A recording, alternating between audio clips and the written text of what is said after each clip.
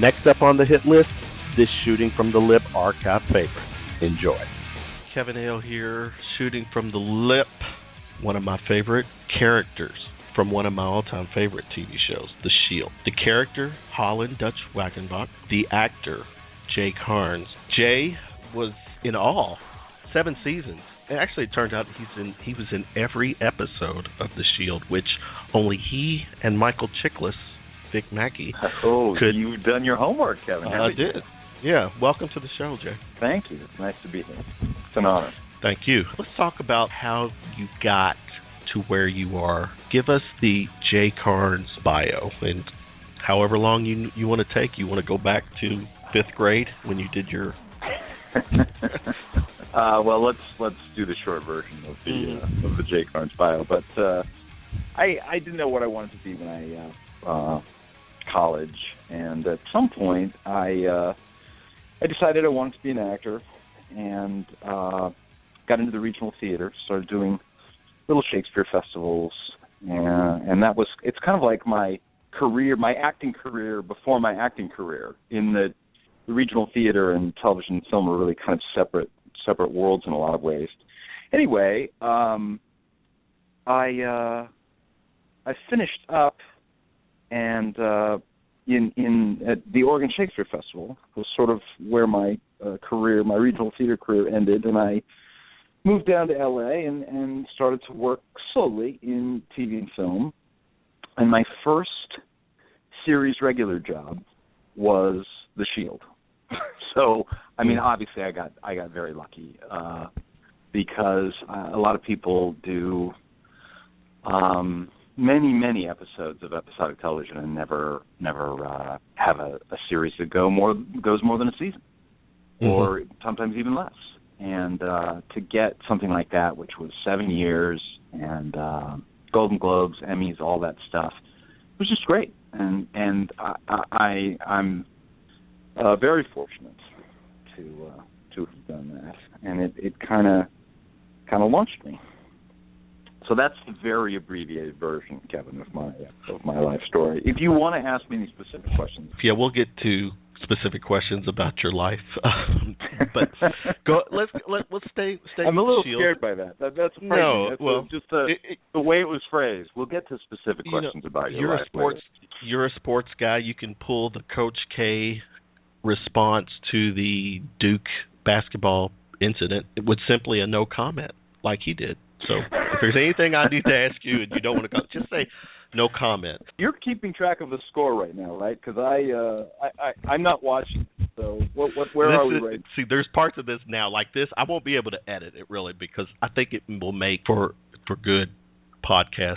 Kentucky 70, Georgia 64 with 15 seconds left. Georgia. Wow. So I was texting my buddy Bill Saunders, my partner in crime, a shout out to you when you hear this, watching the game. I told him early in the second half, we're taking an L. We have played probably as poorly as we could offensively this game. Defensively, a lot of breakdowns.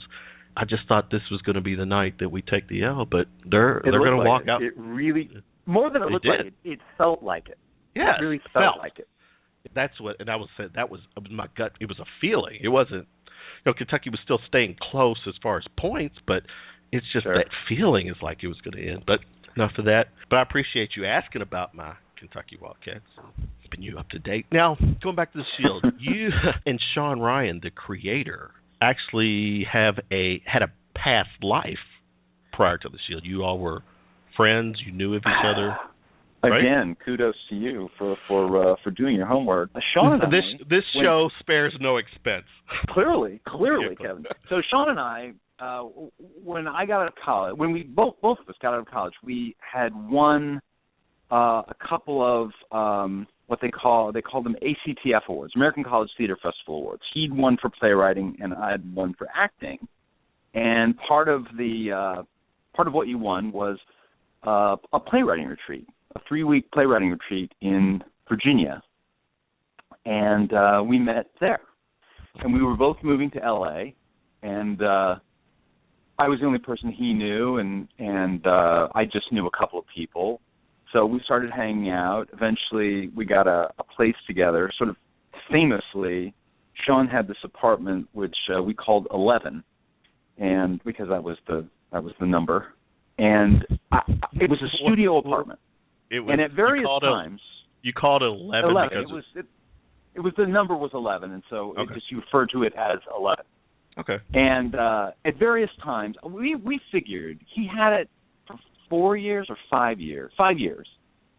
And there were probably 40 to 50 people who stayed there more than a couple of weeks in those 5 years.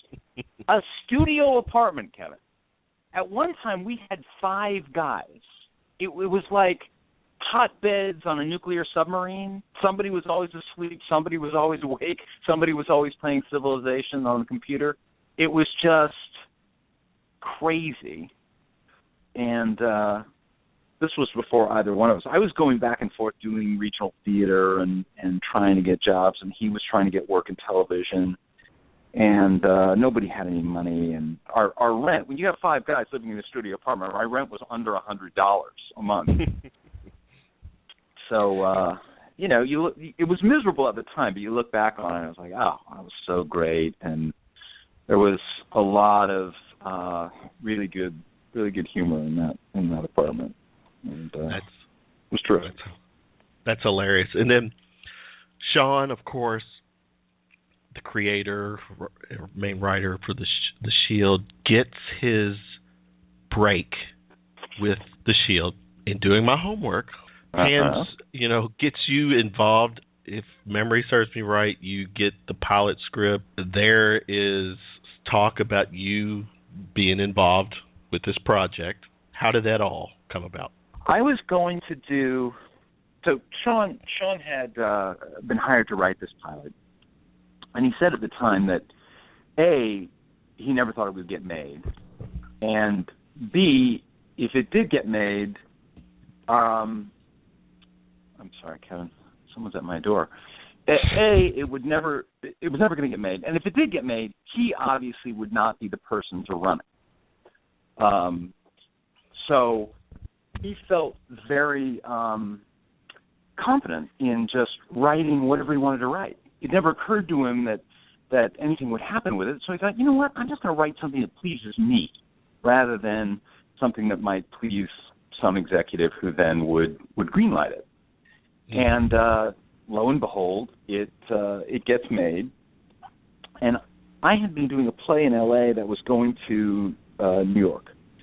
So before I accepted the job in New York, I called him and I said, "Listen, is there anything for me in this thing?" Which at that time was called The Barn. And right. He said, "Well, I don't know. Why don't you read it?" And I read it, and it was just it's still 15 years later the best pilot I've ever read. It was just fantastic. From the very first page, you knew that this was just something special. And then, of course, the final reveal in it is so shocking and so unsatisfying. But I'm looking through it and I'm thinking, God, there really isn't anything for me. And I called him back and I said, well, it's great. A, it's really fantastic. And B, who would I play? And he said, well, what about Wagenbach? I said, okay, because that didn't cross my mind when I read it. And he said, you know what? I'm going to take a pass at it with you in mind, and I'll send it over. And he does, and he sends it over, and I was like, this is with me in mind? So this is sort of how you see me? I remember the pilot episode, by the way, so I'm connecting that what you're saying. But go. Sort of digging into it, I quickly saw the brilliance of it, and fortunately, so did the network and the studio. And we were off and running. We had Clark Johnson directing and Scott Brazil producing, and a fantastic cast of actors that all got on famously from the pilot onward, and that was a great deal. Great job. I brought up earlier Michael Chiklis, Vic Mackey. The character Vic Mackey obviously is the main guy, and when they do the trailers everything in regards to before the show starts. They're playing all these trailers, and we only see the one guy, Chickless Mackie character. You don't get to know anybody until the true pilot starts, and then the pilot comes on. You're early on the pilot. One of the first lines that you spoke, and right away when I heard you say this, I'm like, this is my flipping guy. This guy is gonna. I think you probably I'm a little know. scared what this line's going to be, but go ahead. Right, Christ, you don't see a rack like that every day. Yeah, that's an example of Sean Ryan's, wrongness right there. Wrongness, but, and I'm gonna ask you, the way we all get it, there's writers, but the writers write.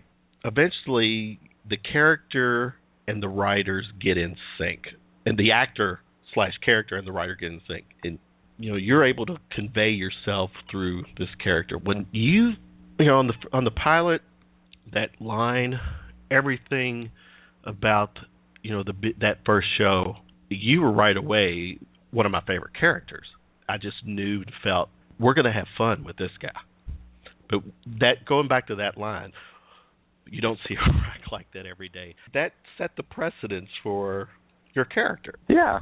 I think that's right. A certain irreverence, and you see that in these guys often when they have to sort of emotionally shield themselves from the fact that they're dealing with these bodies every day and people in pain, and there's a certain callousness that's developed, I think, because of that. Not consciously, maybe, but I thought that the writers of The Shield did a really good job of showing that aspect of police work, that it isn't always what we're used to on television, which is the cops are saying, "My God, how could anyone do this? I'm going to get that bastard." There's a certain amount of what Clark Johnson, who had done Homicide prior to this, called cop humor. And cop humor is, and I don't know, I love cops, and you spend time around them, and it's you get this. It's like junior high humor. It's very irreverent. It can be very dark, and sometimes it's just damn silly. When you got to actually see the pilot, did you realize? And this is after I watched the pilot, the way the show played out, especially the end. Vic Mackey kills a fellow police officer, team member. Spoiler alert. Yeah. I'm thinking, oh my God, this is the pilot. I can't wait to watch the next episode. What was your thinking that once the pilot was done, did you feel like you guys were on to something here? Yeah. Oh, yeah. Before the pilot, from the script, and then seeing the other actors I was working with, and the Sean polished and honed the writing right up to the point we wrapped on the pilot. And then there was a period after we got picked up when we were shooting the season, but before it had aired, where there was a sense that, I think among all of us, that we were doing something really special, really interesting, really unusual, and nobody knew it. We were kind of laboring in obscurity. But yeah, no, it was very exciting from the very beginning. This conscious sense that, oh wow, we're doing something really cool. It was groundbreaking. FX, basic cable, putting a show out there that obviously was over the top, crossed basic cable lines, several lines. It's that proverbial Bugs Bunny telling Bugs Bunny don't cross this line, and you kept on and kept on. And I watched it from the get-go. I stayed hooked for all 7 seasons. I was on that ride with you guys, and it was fun. I can't watch another cop show because of that show. And I know you've been on some since, but to me, no cop show touches that. Maybe that's just, it's my own bias to how much I did like the show, but again, you guys set the bar. The Shield set the bar so high for me that I cannot watch another cop show. It does me no good. Well, I will convey your praise to Sean Ryan. Sean and the rest of the writers. They really we had a great writing staff on that show, and that staff has gone on to do fantastic things. Obviously, Kurt Sutter with Sons of Anarchy and Glenn Mazzara, The Walking Dead, just on and on and on. Scott Rosenbaum, Gang Related, and B, and on, just on and on. Here's another quote, and this takes you, Jay/Dutch, into your thoughts with the Vic Mackey character. Your quote: "Why does everyone like that asshole so much?" What was your take on the Vic Mackey character? Well, mine, Jay, or mine, Dutch? Both. Because I think if there's one, go for it. I think that that line, I mean, you really picked it out, Kevin. That line encapsulates very well how Dutch feels about it. Just this sort of baffled sense that this guy is the hero that everybody loves, and what's implied in that also is why not me? I'm the better cop. Which I think he at some point, and this is another great thing about the writing, because Dutch's opinion of Vic obviously both grew and also solidified in his negative opinion solidified over time, but his opinion of Vic's cop skills, I think, improved. I mean, Vic was a guy who could solve cop problems that Dutch couldn't solve, and I think Dutch realized that ultimately, but was as aware as anyone of the price that's paid for that, and I thought that was a very satisfying resolution in season 7, where you see Mackey pay that price for what he was doing. I mean, obviously, as a fan, I was as fascinated by Vic Mackey as anybody.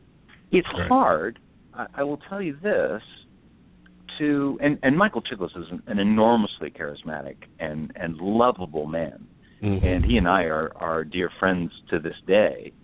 And we tried to kind of layer a little bit of that in the sort of them, Dutch and Vic, liking and respecting each other a little bit in various places along the way, to sort of play against that conflict that's set up in the pilot. But it was very hard for me as a fan to sort of enjoy him, in that you start to do that and it bleeds into the work. You know what I mean? Suddenly you're watching, I didn't have really the luxury of doing that from the position of being the actor playing Wagenbach, who has a relationship with him that although it's complicated, certainly isn't a relationship where I'm admiring of him in any meaningful way. Does that answer your question, sort of? In a confused kind of way? I'm good. I'm ready to move to the next question. I'm satisfied. The next question, the next quote, as I go let you dive into another character. Dutch's quote: "What the hell am I supposed to talk to Shane Vendrell about all day?" The jabs that you two took during the series, the character jabs, were hilarious. And you coming back with, "How about I knock those oversized teeth?" That's the Dutch, one of the great lines too. But the whole Dutch, or your thoughts with the Shane Vendrell and Walt Goggins, I'm going to give credit where credit's due. Performance-wise, throughout the series, he gave some of the best emotional. I mean, there was just some moments you feel it. I felt how he betrayed that character sometimes. But your take on the whole Shane Vendrell character? Yeah, no, I agree with you. Walton Goggins, he's the man, and I always talk about. In fact, when we see each other, and Walton and I are good friends as well. But when we see each other, it's every couple of years I bring up to him in the finale. The final episode of season 7, he has to cry twice, and it's so fascinating to me to watch the subtlety of his work, because he cries in two distinctly different ways, and you really see the different emotions that underline those tears in both cases in the different situations. I just thought, Christ, that's a remarkable bit of acting. Mm-hmm. And I mean, Walton just inhabited that character, and that character is very, very. I mean, that character is very, very different from Walton as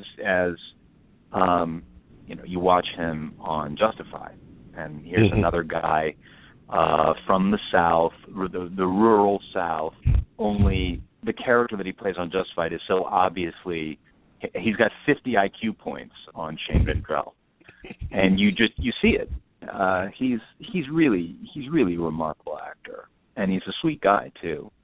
I always felt that. In fact, I was a little sorry. I think that scene, correct me if I'm wrong, the episode that Dutch and Shane spend together, isn't that in season 1? It's early. Yeah, I do think it is season. Yeah. They really never went back to that well, because I thought it was just fantastic, just putting the two of them together, because they're so very, very different. Yeah. There was, trying to think of some lines with the Claudette Wims character, and it was hard to pick out, but you two were attached from the get-go. You all were the yin and yang. Tell us about the Claudette Wims character, then come back and follow it up with working with CCH Pounder, because she's another one that she's done a lot of work. I think I've always found her just a remarkable actress, and just thought the chemistry you two had. You two did complete each other. She did complete. But talk about. I loved that relationship. Yeah, the Dutch Claudette relationship. I thought it was really terrific, and it was a lot of fun to play. He needed her a lot, her sort of approval. It was a little bit like they were an old married couple in some respects. And there's that wonderful, when after she becomes captain and she asks him to do something, and he says something like, well, what am I, the strike team now? Well, what do you mean? Well, that sounded like an order. You're the captain now, so suddenly you're giving orders? There's just a weird little moment between the two of them. Because Dutch would like to be asked every now and then. That's exactly right. Yeah. That's exactly right. I thought that relationship was fantastic, and of course Cece's just wonderful to work with and to watch work. Mm-hmm. And it's so funny to see her play that character again, which she just inhabits. Mm-hmm. And Cece is nothing like Claudette Wims. Claudette's, sort of taciturn and stoic, and and Cece is like a little English schoolgirl. I mean, she educated in England, and it's a theatrical background. She's nothing like that Anytown USA woman that Claudette Wims is. Speaks to her ability as a performer. I've told this story in other venues, but I remember on the pilot when she was cast, hearing from a number of different sources. So CCH Pounder. My wife had done a pilot with her. She said, oh, God, you're so lucky to be working with CC. And she's your partner? Oh, that's great. On and on and on. Mm-hmm. And I watched her as we're doing the scenes. I'm looking at her and I'm acting with her, and I thought, yes, she's fine. I didn't get it. I didn't get the, oh, my God aspect of CC at that point. And then I watched it. And the difference between what the camera picked up and then what my eye picked up as I was working with her was night and day. And seeing all the stuff that she was doing, all the information that she was conveying to the camera, was really a lesson, and not the last one in acting that I got from Cece. Yeah, I'm sure that the opportunity for some lessons learned with that cast was available for everybody. It was a clinic. It was literally a clinic. I mean, not only do you have CC and Michael, who was so generous with me. This was my first big job, and there were a lot of things that I didn't understand. And a lot of the people who were much more experienced really helped me a lot. And Michael and CC are at the head of that list. And there's anybody on that show that I didn't learn something. And then, of course, later on you get people coming in like Anthony Anderson and Glenn Close and Forrest Whitaker, and it's sort of like, oh my God, just watching these people work was really a clinic. Yeah, you're jumping ahead to some other questions, but that's okay. Sorry. No, let's go back to the Dutch Wagenbach character. This is since season 1. We're spending a lot of probably too much time on season 1, but this was just how I got to know you. The serial killer Sean wrote on the board, Dutch Wagenbach craves respect, fantasizes about being well liked, yet shows no outward manifestation of his low self-esteem, feels ignored, unappreciated, inadequate with women. That was dead on with who your character was. Yeah.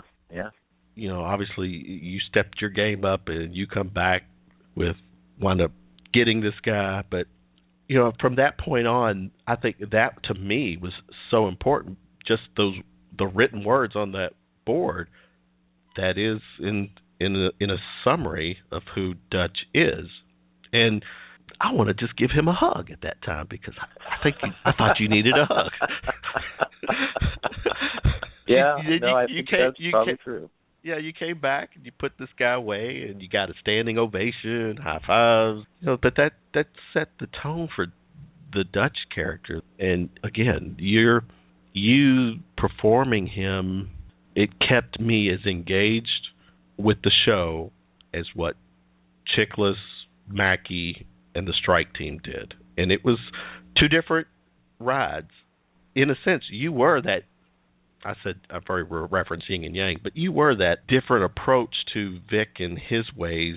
You just had a very likable way about you, and we rooted for Dutch. Everyone rooted for Dutch. You got lines like questioning the big boy on this crime he did. The quote was, "When was the last time you saw your dick without using a mirror?" Is that a Dutch quote, or is that something that really could come out of Jay Karnes' mouth? No, that's very much a Dutch. That's a Dutch thing. Okay. That's a Scott Rosenbaum who wrote that episode. Actually, Scott kind of he was one of the writers, as I'm sure you know, and he very early on decided that Dutch was his character, and he wrote some of the really, really pivotal Dutch episodes like that, which I think is called Barnstormers, and Cherry Poppers early in the first season, which was a huge Dutch episode, and was responsible for a lot of great Dutch stuff. You had a great one. Bunch of sociopathic little narcissists out for themselves, begging, stealing, lying, screwing, raping, killing our babies, whatever it takes to have a good time and save our own asses, blah, blah, blah. When the Dutch character, got in a zone, and you were like, I'm doing this, going to do this my way, and you want to play it by your bad rules, here I come. You were incredible how you could just, on a whim, no pun intended with Claudette, you were entertaining. You had some great funny lines, and they just seemed so. It was, I felt like that was your personality bleeding through that character. And I guess. Well, you said something earlier, which I think is very true, and that is that the writers at some point begin to, if not take your personality and put it into the character. I don't think necessarily they do that, but they definitely take your rhythms, your vocal rhythms, and put it in there. And the writers on the Shield just are obviously they're the best, and they do that. They did a lot of that kind of thing, and I think it played really, really well. Dutch and Aceveda, I always got the impression that you didn't have the character didn't have a lot of respect for Acevedo. No, you're exactly right. And I always felt like the show had a lot of moving pieces, and the way that those pieces related to each other were important in terms of the story that was being told. And I think you hit on something exactly right, which is that there's a part of part of Dutch that respects Vic on some level. I mean, while at the same time despising a lot of what he stands for, there's a desire for approval and an attraction to something he really doesn't understand, or that he understands but that he isn't. This attraction for the other of Vic. And Acevedo, who in his own way is as powerful as Vic, and actually in a smarter way. I mean, he moves on to the city council, and you get the strong sense that he's going to be mayor, and who knows what's beyond that, senator, and the sky's the limit. And yet, he's not really a cop in Dutch's mind. He doesn't do the kind of cop work that Dutch does, and that's what matters to Dutch. And you're right. I don't think he respects Acevedo even a little bit. Right. In a way that he respects a guy who goes out and solves crimes. That's in some crazy way. I always felt that Dutch respected Vic more than he did Acevedo. Just clearly, right. In a very odd kind of. Right. I mean, it's not like he actively disrespects him the way he does, say, Billings, but he's kind of he's a cipher in his world. He's a zero. He doesn't think about him much at all. Here's another Dutch quote: "A transsexual or a cross-dresser?" The character named Long John. "Is there a difference?" Dutch responds with, "Yeah, a pretty big one." Care to follow up on that? Well, I want to go back and just say one thing, which is that Benito Martinez, who played Acevedo, and this is an interesting thing where the Dutch character isn't really interested in Acevedo, and yet Benito Martinez, I think, is a remarkable actor, and the stuff he did on the show, very courageous, particularly season 3, which could not have been easy, and not simply as a character, but as an actor, that could not have been an easy thing to do. And so I just wanted to get that in there. Yeah, it got put in there. Good. Yeah. I remember this. I mean, I remember the line. I don't remember the storyline. I actually don't remember. I want to go back. It's maybe 4. After a while, Kevin, it's funny. I remember a lot of the stuff from season 1 really specifically. Like, I can tell you episodes and even the names of episodes in season 1, and I have kind of a definite sense of what Dutch was doing, and a pretty good sense of what everybody else was doing. And I can tell you the same thing for the very end of the series, but a lot of the stuff in between, there were just a lot of cases, and Cece and I were doing usually what they call the B story, which is the case that's going to wrap up that episode. Often, not always, but often. And so, you're talking about 40, 50 cases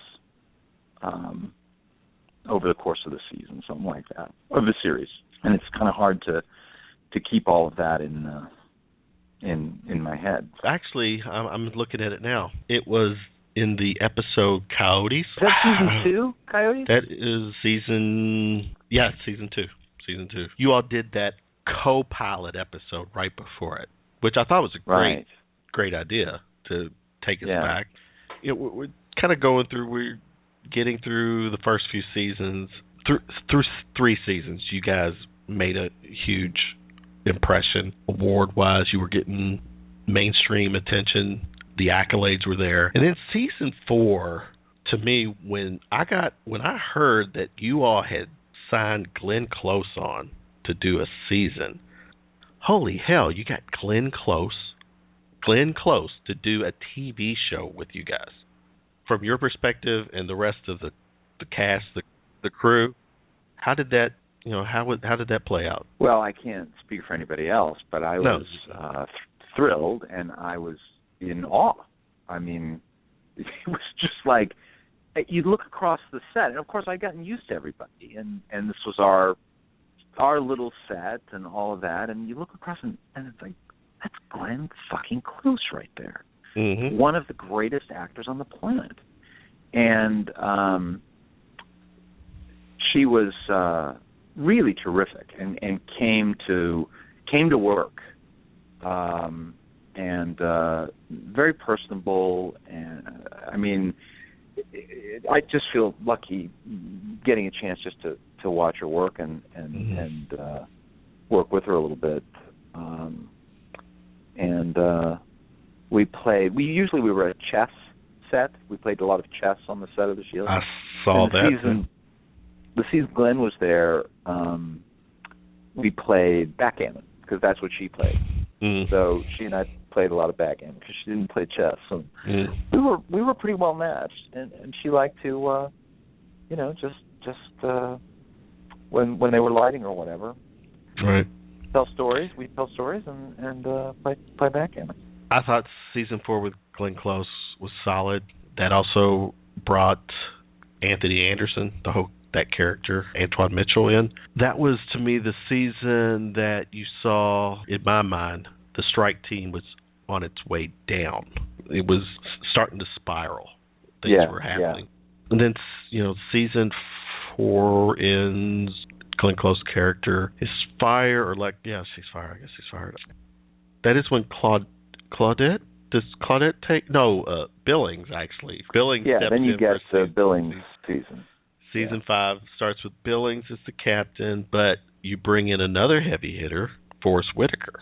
What was it like with Forrest that season? Well, it was very funny, and I've told this story in other places as well, but because Glenn did season 4 and Forrest did season 5, you couldn't help but sort of compare them. Mm-hmm. Two really great film actors. Forrest was about to be nominated for Last King of Scotland and then win. And when he started with us, he still had a lot of the weight from playing Idi Amin, and he shed it over the course of the season. But the interesting thing was Glenn always knew exactly what she wanted to do. She did her work, and then she came in and she gave a performance. And Forrest was always, I remember doing a scene with him, and I can't tell you what scene it was, but it was early on, in which I was kind of a bystander. And he's doing whatever he's doing. After it was over, he said, what do you think? What do you think? I mean, is it too much? Should I do more? What do you think about that?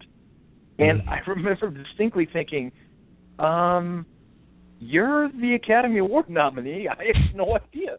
Because Dutch would have said, step up your game. Dutch would have said, step up your game. Yes, that's right. That's right. But no, Jay definitely would not say something like that. But I remember that, the two sort of contrasting. I mean, he was very good, but he was much more questioning about. I mean, he'd ask anybody, "What do you think? What do you think of that?" And then maybe act on the next take. Maybe act on those notes. I'd be interested too to hear if anybody else had that experience with him.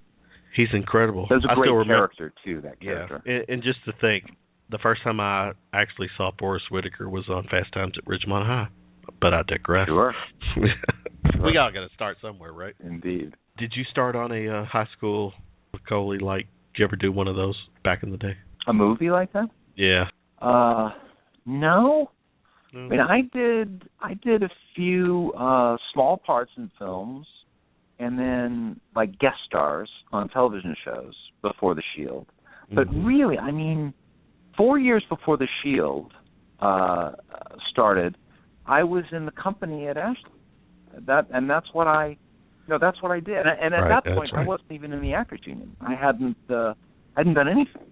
I was in the Stage Actors Union, but I wasn't in SAG. So no Fast Times at Ridgemont High. That's okay.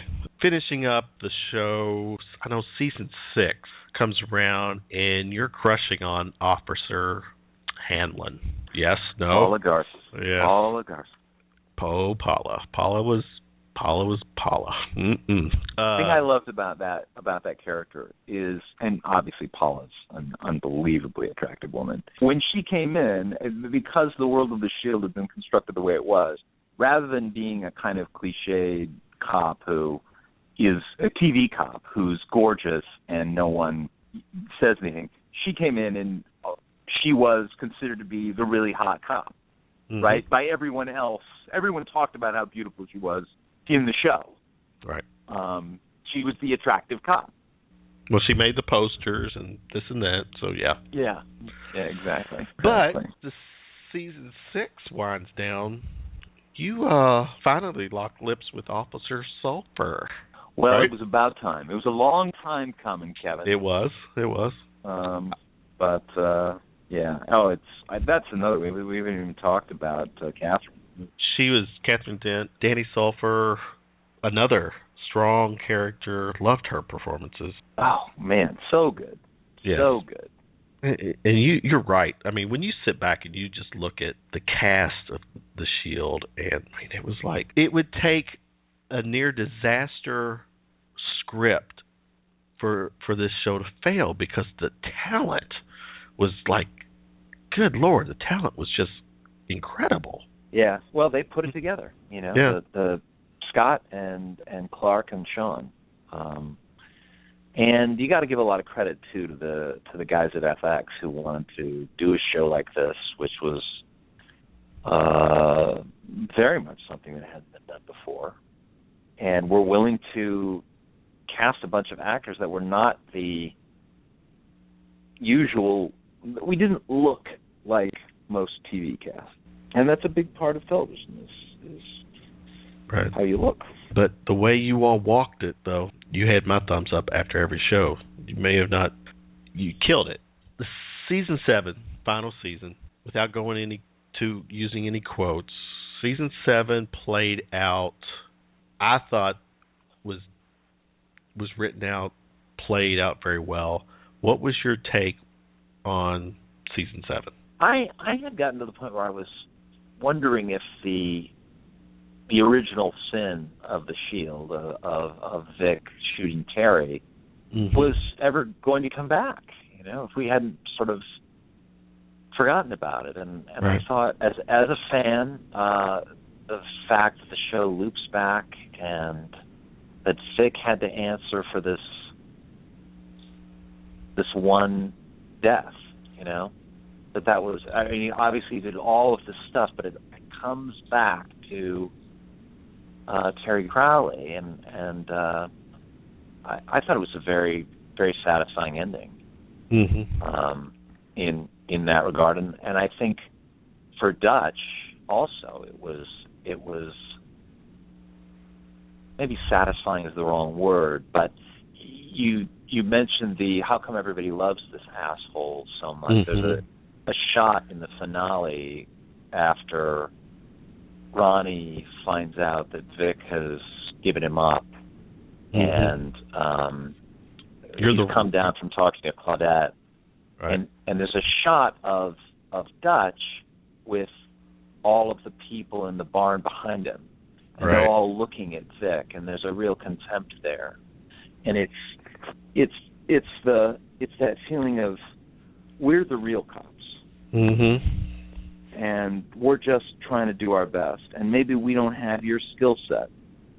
But, none of us have done a thousandth of the horrible things that you've done. Just the average civil servants trying to do their job the best they can. I thought that was a very moving moment for Dutch in the finale. Staying with the finale, or actually right before the finale, there was a couple of things that I thought. You had a brief relationship with Corinne Mackey, Vic's ex-wife, who in real life is Sean's wife. Whose idea, for starters? Was that Sean's Of Mom course, comes, that's that's not something that comes from anywhere but him. And it was awkward. He was the best man at my wedding. I was the best man at his wedding, and I mean, it was just. I mean, I've known Kathy for I don't know, years, almost 20 years. No, 20 years. I've known her for 20 years. Wow. And it was just a little awkward, just a little strange for us. I mean, thank God we didn't have to kiss or anything like that. I was going to say, I don't recall that ever. No kisses or anything, or nothing. Yeah, no. But there were some like embraces and things that were, they were just awkward for both of us. We've known each other a really long time, and it was a little awkward, but did season fine, 7 ultimately obviously completely fine, and we laugh about it, and still, especially the four of us, my wife, Julia, and Sean and Kathy and I periodically chuckle about that whole thing, and just how awkward it was. Speaking of your wife had an appearance. Was it on the last show? Yeah, on the final episode. And Billings' lawyer, who Billings actually had labeled her kind of non-ladylike, if I recall right. Anyways. Yep.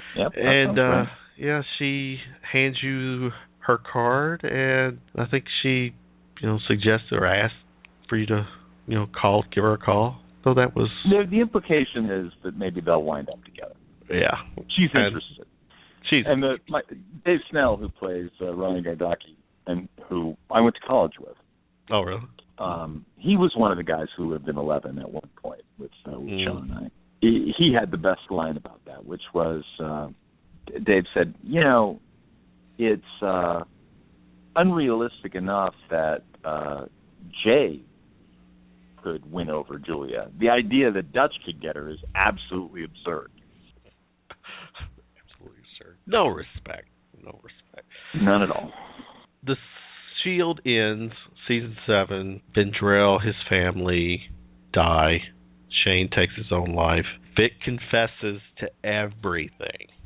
Claudette, about strokes. You're there with her. I think at one point she fires you.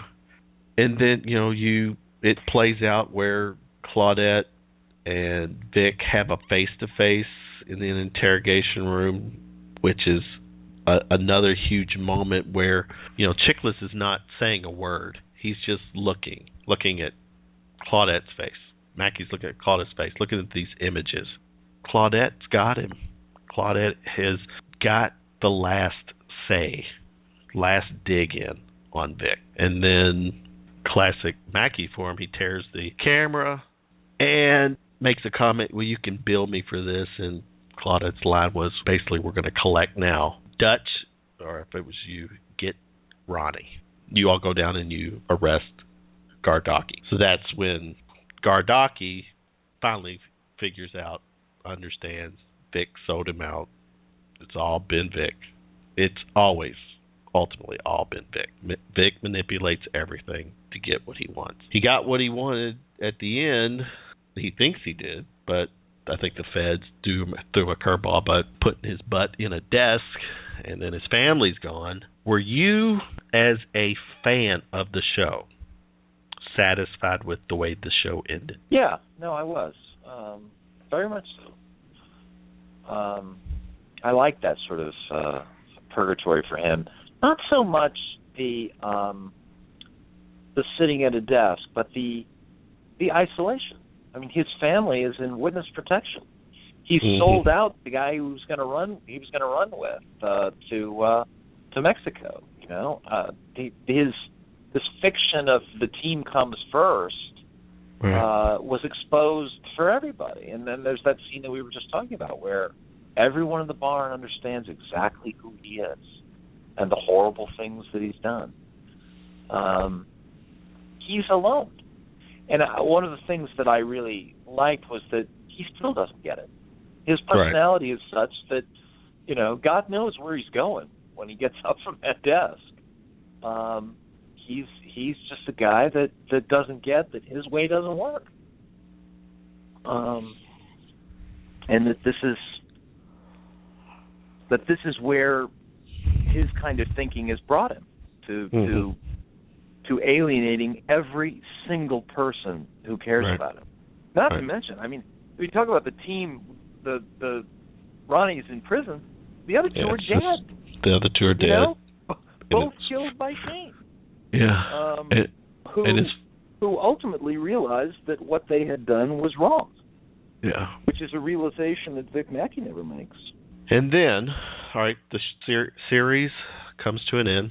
I too was satisfied with the way it ended. In 7 years, I was like, I was on this 7-year run. And then I got wind of the next project that Kurt Sutter, who was a major player with the Shield. Before we get into SOA, how was your relationship with Kurt? Great. During always. the Shield? Always, okay. Always great. Very good friends. He was always terrific with me. Good. And really enjoyed it. He was there from start to finish. He was there from 101 right to the series finale. Yeah, and his roles increased, throughout the seasons. Where I think his titles and the work he did.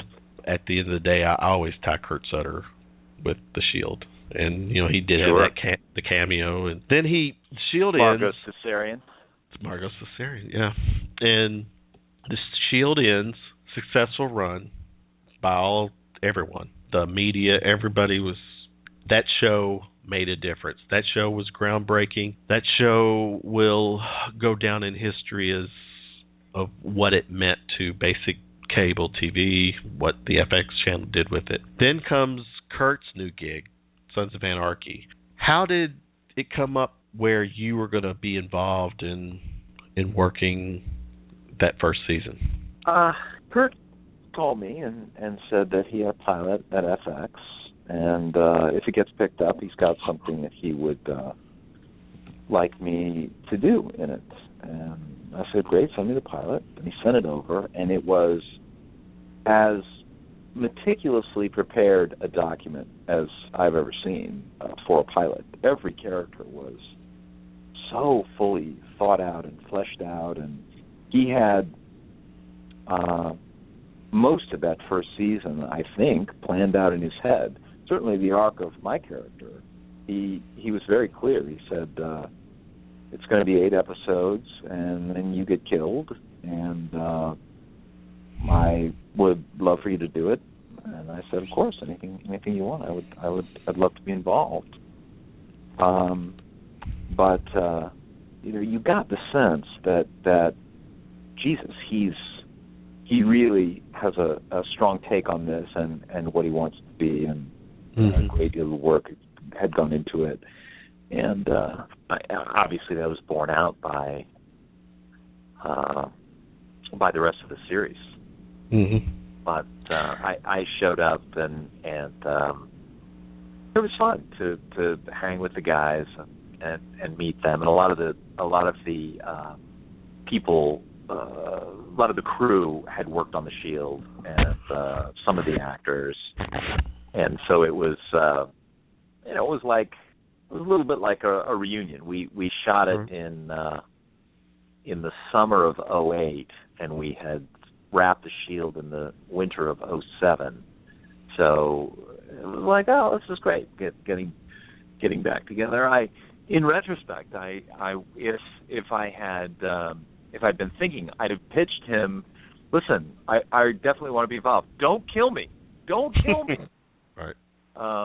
But at the time, he had a really strong take on what it was, and I was like, okay, yeah, no, sure. And I'll say this, it made it a lot easier knowing. I mean, from the first phone call, he said it's 8 episodes and then you die. That made it a lot easier rather than, doing 4 and then hearing you're going to die. Right.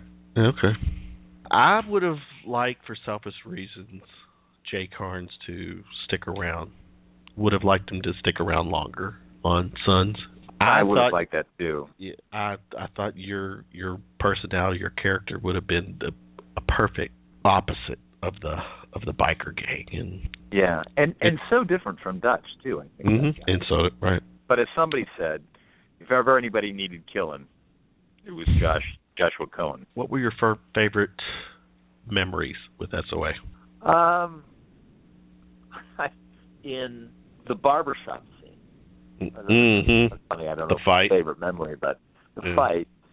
So I go in, and Gwyneth Horder Payton was directing that episode. Really wonderful director, and director on The Shield, and on a lot of other stuff now. And we rehearsed it, and Charlie picked me up out of the chair and slammed me into the mirror. And when I went into the mirror, I went in with my face going to the left. And just before we started shooting, Gwen said, "You know what? We could save a bunch of time, a whole setup, if you go in with your face facing to the right, which would put my face toward camera, so we wouldn't have to shoot it the other way." Right. I was like, okay, sure. So we do the first take. And Charlie picks me up, puts me in the chair. Unbeknownst to me, he gets a note that it's not fast enough.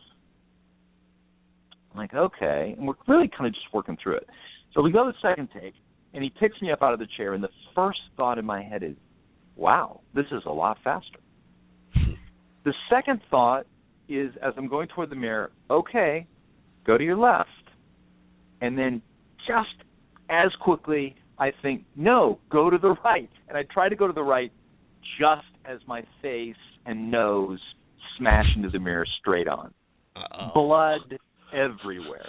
And, by the way, that's the take they use. So if you watch it, that's actually my nose spitting out all that blood. Real blood. Real blood. Real blood, yeah. Tune in, fans. It's one of those things that happens, and Charlie, of course, felt awful about it. And I've been in that situation. I've been in the situation where you've been hurt, and I've been in the situation where you're the actor that hurts the person. And believe me, it's much worse to be the actor that hurts the person. Mm-hmm. And he was just, Charlie is a great guy, and just sitting there, literally holding my hand with just, right, are you okay? They're getting ice, and eventually I went to the emergency room. My nose wasn't broken. Had to put some plaster on it. But the fighting was, I'm coming back, and they said something like, well, you haven't been released. Like they wanted me to go back to the set and finish shooting or something like that. And I was like, oh, well, that's really interesting because I'm going home. So I get in my car, and I come in the next day, and we finish up whatever needs to be finished up. And Kurt called me. He's like, you couldn't just come over and finish the rest of the shooting? And, in a really kind of brotherly sort of joshing me kind of thing. And I said, and this was, 2008. I said, I'm sorry, Kurt, did I give you the impression I was in Fallujah yesterday? I was shooting an after show in the Valley. I go home if my breakfast doesn't sit right. And he chuckled. I'm chuckling. Yeah. What was the Shield? There was some memorable part, but once the Shield was finished, did you feel like FX once again hit a home run with another, Shield-like series? Are you talking about Sons? Yeah. Yes. Oh my God. Yeah. Yes. Good Lord. Which show was better? You honestly think I'm going to answer that, Kevin? Are you going to pull the no comments? Say it in They're Spanish. Both fantastic. Listen, that's like asking who's more evil, Hitler or Stalin. When who's it gets more to evil? That level, it's the difference. I wouldn't want to live on the difference. Well, I think that way. Didn't Hitler kill more people? If you're going to talk evil, you have to throw in Dr. Evil.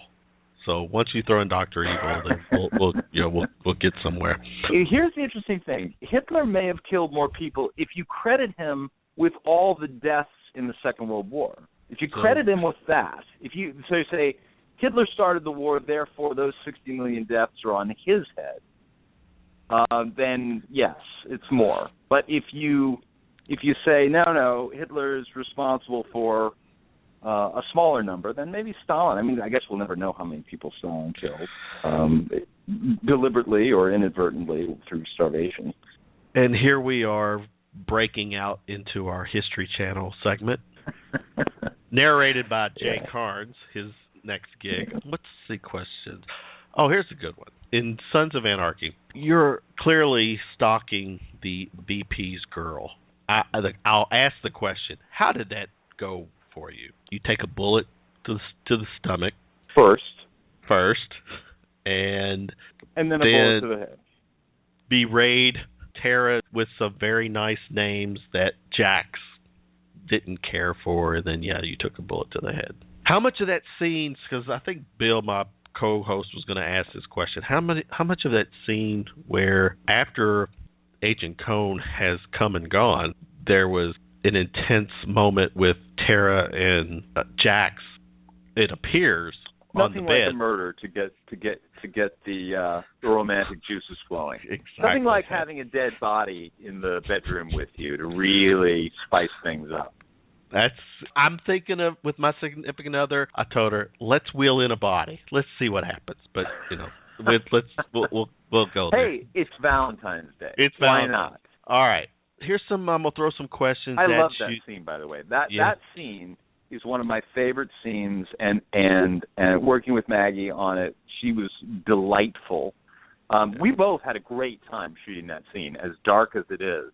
Yeah. But if you watch it, and I have a dark sense of humor, but I think it's very funny, especially Cohn, just clear. But prior to that, he's an asshole, and you really hate him, and you feel like, oh yeah, he needs to be killed.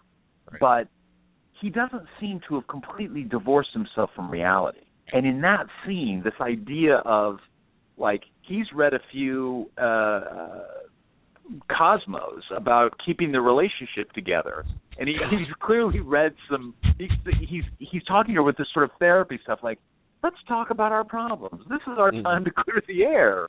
And he's got a gun, and suddenly it becomes very clear to her and to the audience that, oh my God, he's not just evil, he's insane.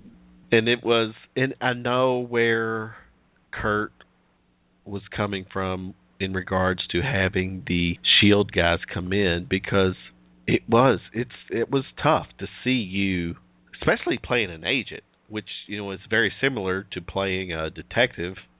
You still kind of seemed like Dutch to me there, with a little more gray hair. How long did that last? I can't imagine that lasted very long. It didn't. Did you follow the Sons of Anarchy all 7 seasons? Oh yeah, no, absolutely. I'm a fan. What was your thoughts on how it all played out?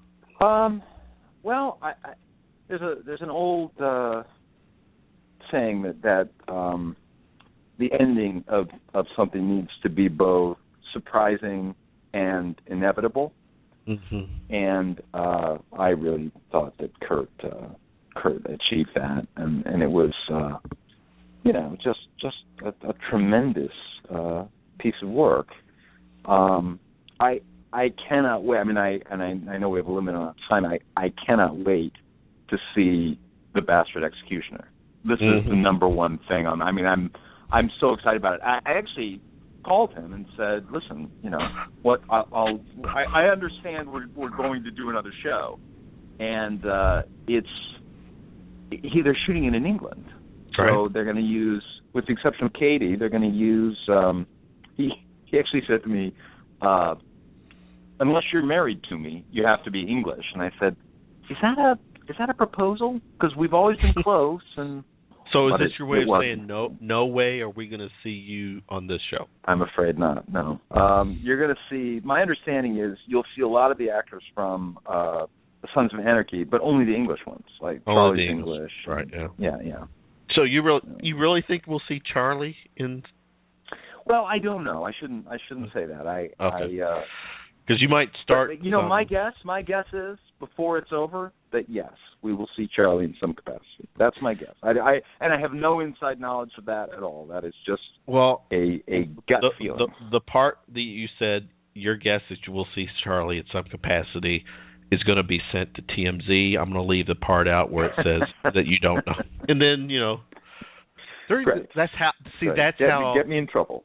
That's my version of letting out a sex tape. Just taking your words and turning it over to a big national thing, and just Anyways, it's nice. Bad attention nice, is still So I wouldn't really do that nice. to you. I wouldn't do that to you. As we're winding down here, and it's been fun. Besides Dutch Wagenbach and Vic Mackey, what character would Jay Karnes like to have played on the Shield? Funny you say this, because Dave Snell always makes fun of me for this. There was an early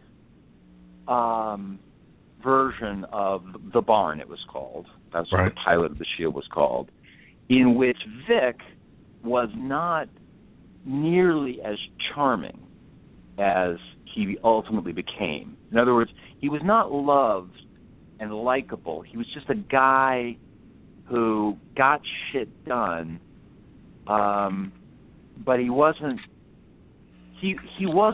Michael Chiklis. At this point, it's impossible to think of Vic Mackey in my mind, as being played by anyone other than Michael. Right. But this early version, this kind of Vic as a real asshole. I remember he's kind of you remember the men's bathroom doesn't work, so they share the women's bathroom early on. And there's a scene where he comes out, or he's going in or something with the bathroom, and a woman's coming out, and he says something in front of everybody about, what is that smell? What is that smell you women make when you go into the bathroom? Or something extremely sexist and unpleasant, and the response is sort of some of his cronies chuckle, but the women all kind of groan. He's that guy. And a little bit more like, you remember Gannon in Co-Pilot? A little more like that guy. I didn't like exactly like that. When I read that, I thought I could play that version of Vic Mackey. And Snell always takes it and says, yeah, like you could ever play Vic Mackey. I'm like, no, I couldn't play the Vic Mackey that was created. No, of course. But there was this other guy who was kind of a dick, and I think I could have done something interesting. I think I know that guy, but of course, I would never. I don't think that the show the show became what it became because of the character of Vic Mackey, and the character of Vic Mackey is inseparable from Michael Chiklis. Blah blah blah. Anyway, that's probably not much of a story actually. When I think of roles that I would like to have played, when you're talking about television, like I think about a role like Josh Lyman, Brad Whitford's character on The West Wing. That's a character that I'm really drawn to, and yet I can't see anyone other than Brad playing that character. The characters that I really love, I don't think, I could be that guy. It's no. I mean, Vic Mackey's Michael Chiklis. There's no. And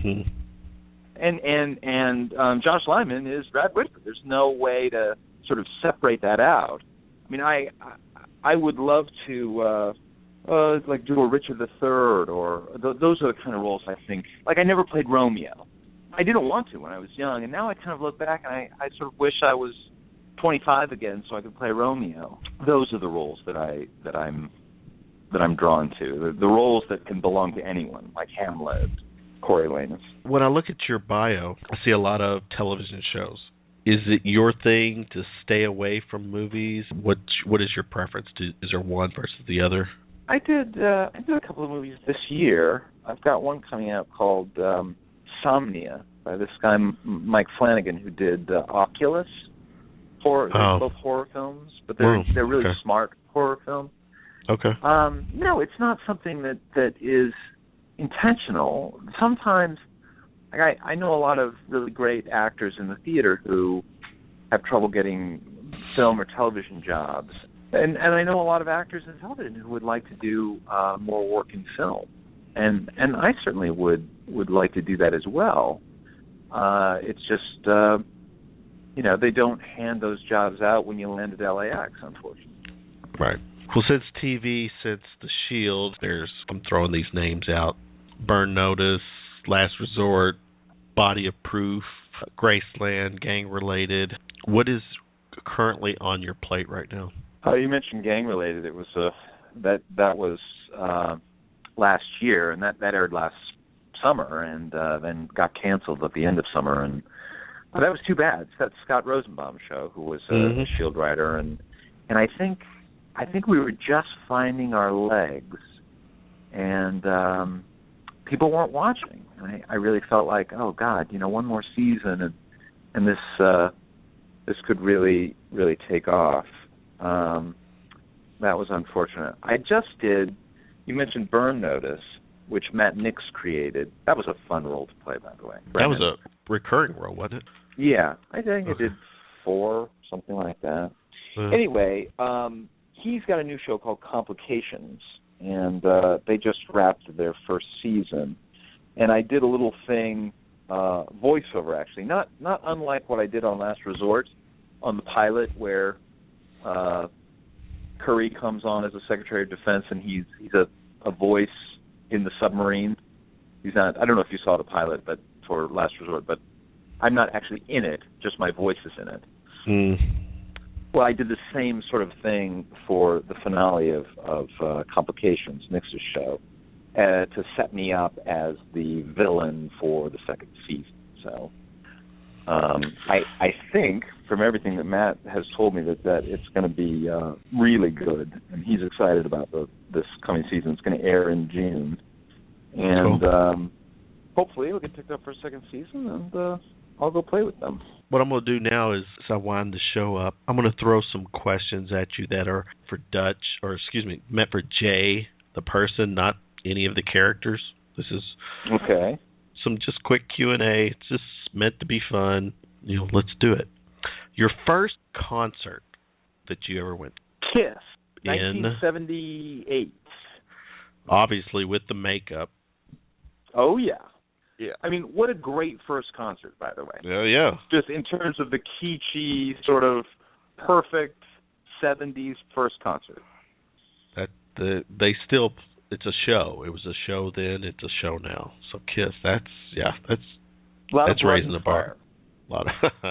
Right now, if someone grabbed your iPod or whatever music media that you use, what would be the song that would be playing in the headphones right now? Probably, if I listen to a lot of Pandora. You'd probably get like Cake, Rock and Roll Lifestyle. That's probably the most likely song to come up on my phone right now. Cake. Favorite movie? The Godfather. Just The Godfather, not any of the follow-ups? Well, you asked me what my favorite movie was, and I said The Godfather. It's the first one. I think the second one is fantastic as well, but The Godfather is my favorite film of all time. All right. Since you're holding me to basically a yes or no or one-word answer, then tell me, Coke or Pepsi? Coke, by a long, long, long way.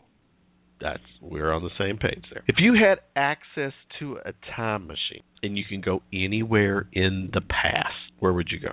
Well, let me say that's really hard for me because there are so many places that I would love to go. But I would go to the... It's funny you asked me this, Kevin, because I've thought a lot about it. I would go to, as far into the run, maybe, I don't know, closing night, somewhere in the middle, but like an important performance of Richard Burbage's Hamlet in Elizabethan England. That's it. I'd pay a lot of money to see that. When would that have actually been, the timing on that? I suppose you could have seen one in 1601, 1602, something like that. I don't know exactly, but I mean, someplace between, when was Hamlet written? 1600s? In the 1600s. 1600, 1601, something like that. Elizabeth dies in 1603. So I don't know. Oh, but it'd be right around then. Was there one question that you wish I would have asked tonight? That you were like, hope he asks this because this is what I want to talk about. But I didn't ask it. You didn't get to talk about it. So what would that question have been? we had a little before you started rolling. We had a little conversation about Nebraska football. That's all I ever need. That's all I ever need is a little bit of Nebraska football talk, and I'm fine. Okay. Well, then I have one last request. There's a song that I want to play, and as soon as you hear this song, you'll know. I already know what it's going to be, Kevin. I already know. Well, let's see. We'll Would play it the be song. Duran Duran's "Hungry Like the Wolf"? Would it be? The question is, when it is, what are you going to do with it? I'm going to let it slide. I think I've done everything I need to do with this show, Kevin. This song, this show, the whole thing.